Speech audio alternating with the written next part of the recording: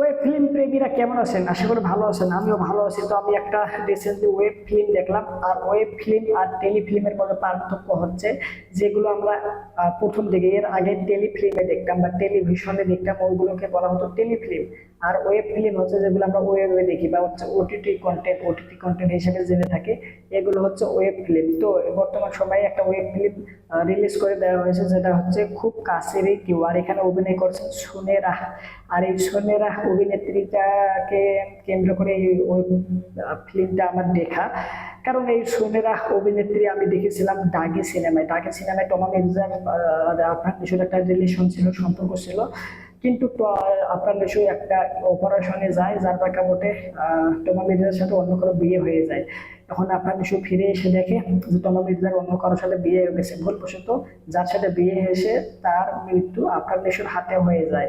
এখন আপনার নিশু এর প্রেক্ষাপটে 14 বছরের জন্য জেলে চলে যায়। 14 বছর পরে জেলখানা থেকে বের হয়ে এসে সে নতুন করে জীবন শুরু করতে চায়। তো তার বাবা মা বা পরিবার থেকে বিবাহ দেওয়ার জন্য সোনে রাজে রয়েছে এই অভিনেত্রীটা, তার সাথে আর কি আলাপ আলোচনা করে। তবে সে বোবা চরিত্র অভিনয় করে। আর তারকে দেখতে, তার যেভাবে চলাফেরা, কথাবার্তা মুখে বলে না, হাত মোবাইলের মধ্যে স্ক্রিনে লিখে লিখে, খাতার মধ্যে লিখে লিখে বলে, মানে দেখতে তাদের কেমিস্ট্রিটা কোথাও গিয়ে তাদের যে মেন যে এখানে প্রেমের স্টোরি দেখা হচ্ছে টনা মির্জা আর আফরান নিশু, তার থেকেও আফরান নিশু আর এই সোনেরা অভিনেত্রীর অভিনয় বা তাদের লাভ স্টোরিটা, তাদের কেমিস্ট্রিটা একটু ভালো লেগেছে আমার কাছে। আর এই নায়িকা সোনেরা সে অনেক ভালো মানের অভিনেত্রী আমার ওখানে দেখে মনে হয়েছে। আর এনার কাজ এর আগে আমার দেখা হয়নি, তো ওখান থেকে আর কি এনাকে আমার একটু ফলো করা আর কি। এনার যেসব কাজ বর্তমান সময়ে এসেছে আসতেছে এগুলো আমি দেখতেছি। ওকে, তো বর্তমান সময়ে আপনারা ধরো দেখতে পাচ্ছেন যে এই হচ্ছে ঘটনা। আপনারা চরকি ওয়েব ফিল্ম যে রয়েছে ওটিটি প্ল্যাটফর্ম চরকি, এই চরকিতে আর কি মুক্তি দেওয়া হয়েছে খুব কাছেরই কেউ। তো চরকির আমার সাবস্ক্রিপশন নেওয়া আছে, কিছু সময় আগে নিয়েছিলাম, একবার ফুরাই গেছিল, পরে আবার নিয়েছি, আবার ফুরলে আবার নেই। তো বর্তমান সময় আমি চেক দিলাম, দেখলাম যে হ্যাঁ সাবস্ক্রিপশনের মেয়াদ রয়েছে, যার প্রেক্ষাপটে আমি খুব কাছেরই কেউ দেখলাম। তো এই সোনেরা অভিনেত্রীকে আমি ফেসবুক সহ অন্যান্য সোশ্যাল মিডিয়ায় ফলো করে, তো উনি এসে বলতেছে যে আমার ওই ফিল্ম খুব কাছের এই মুক্তি পেয়ে গেছে চরকিতে, তো আপনারা যান গিয়ে দেখেন। ওকে, এই কথা আমি আর কি প্রমোশন করতেছে ওনার সোশ্যাল মিডিয়া হ্যান্ডেলসে, ভিডিও, রিল, শর্টস বা টিকটকের এইসব মাধ্যমে। তো আমার সামনে আসলো, আমার জানা হলো আর কি, জানতে পারলাম বিষয়টা, যার প্রেক্ষাপটে আমি আর কি দেখে নিলাম। তো এখানে দেখলাম যে এখানে ওনার পাশাপাশি অভিনয় করেছেন ইয়া নাইম নাইম নামে যে অভিনেতা রয়েছে, সোনেরা অ্যান্ড নাইম। ওকে, তো এখানে ওয়েব ফিল্মটা মাত্র 40 মিনিটের। ওকে, আর এটা রান টাইমটা অনেকটাই কম। এখানে যে গল্পটা দেখানো হয়েছে অনেক সুন্দর একটা গল্প। আর সেটা হচ্ছে যে একটা ছেলে আর একটা মেয়ের যখন বিবাহর সময় চলতে থাকে, বিবাহর দু একদিন আগ থেকে বিবাহর পরের দিন সকাল, মানে বিবাহ রাত কেটে যাওয়ার পর যখন সকাল হয়ে যায়, ঠিক এই পর্যন্তই।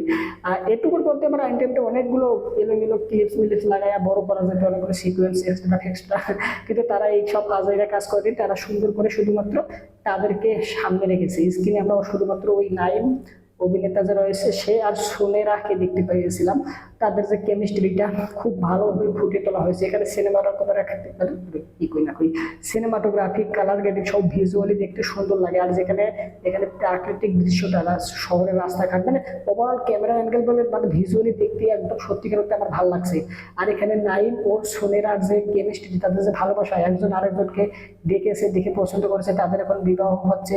ওকে, গতকাল বিবাহ হবে যেদিন, তার গতকাল দিনের বেলা তারা ঘুরতে আসে, ফুসকে আছে, বিভিন্ন কমিটমেন্ট হচ্ছে, একজন আর একজনের সাথে পরিচয় হচ্ছে, ভালো মন্দ জানতেছে, তার কি ভাল লাগে, ছেলেটার কি ভাল লাগে, ছেলে মেয়ের কি ভাল লাগে, এইসব বিষয়বস্তু নিয়ে তারা আর কি ডিসকাস করতেছে। বেশ কিছু প্রমিস আর কি মেয়েটা পছন্দের কথা বলে, আর এই পছন্দগুলোকে আর কি ওই মেয়েটাকে দেওয়া হবে। আর ফুচকা খাইতে চায়, রাত্রেবেলা ফুচকা খাওয়াবে, বিভিন্ন শহর বিদেশ ঘুরতে চায়, দেশের বাইরে ঘুরতে চায়, ট্রাভেল করতে চায়, সেগুলো করাবে।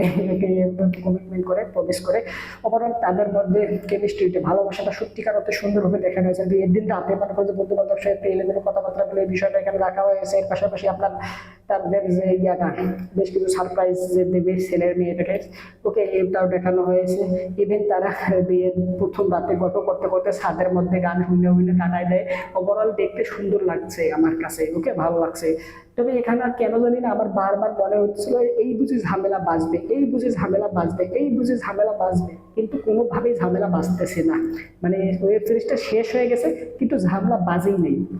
কারণ ঝামেলা বাজার প্রেক্ষাপটটা আমার কাছে খুবই কমন লাগে।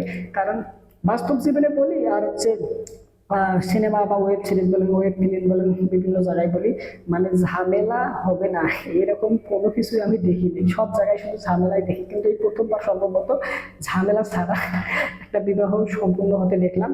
তবে হ্যাঁ, যেটুকু সময় দেখিয়েছে বিয়ের একদিন আগ থেকে বিয়ের রাত কাটানোর পরে সকাল যে হয়ে যায় ঠিক ততটুকু, এইটুকুর মধ্যে তাদের মধ্যে একটুখানি আবার সমস্যা যে হয়নি একেবারে তাও না, সমস্যা আবার হয়েছে। ওকে, তো কি সমস্যা হয়েছে?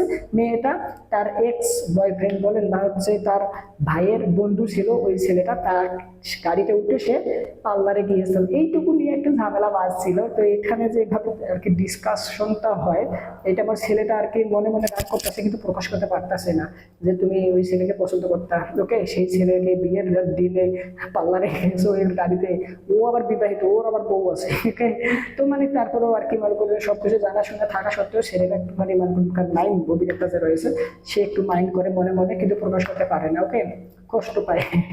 তো পরবর্তীতে সেই মেয়েটা শুনে প্রমিস করে যায় এরকমটা হবে না, ভুল হয়ে গেছে, আমাকে ক্ষমা করে দাও। মানে তাদের মধ্যে ভালোবাসা, প্রেম ভালোবাসা, আবেগ মায়া মমতা সেটা কাকে দেখছে তার, যাই হোক সবকিছু সুন্দর করে একদম তুলে ধরা হয়েছে। অবশ্যই আপনারা যারা দেখবেন আপনাদের ভালো লাগবে। আমি রিকমেন্ড করবো এটা দেখার জন্য। মাত্র 40 মিনিট, বেশি সময় লাগবে না, বিকেল ভালো লাগবে। আর এরকমটা আপনার যেসব প্রিয় মানুষ রয়েছে তাদেরকে দেখাবেন, তারাও দেখে এরকম আর কি তাদের চিন্তা ভাবনাটা, আমরা যেসব জিনিস দেখি সেসব জিনিস আমাদের মাইন্ডে আর কি লেগে থাকে। ওকে, ভালো জিনিস যখন দেখবো তখন ভালো ভালো চিন্তা ভাবনা, পজিটিভলি আমরা সবকিছু ভাববো।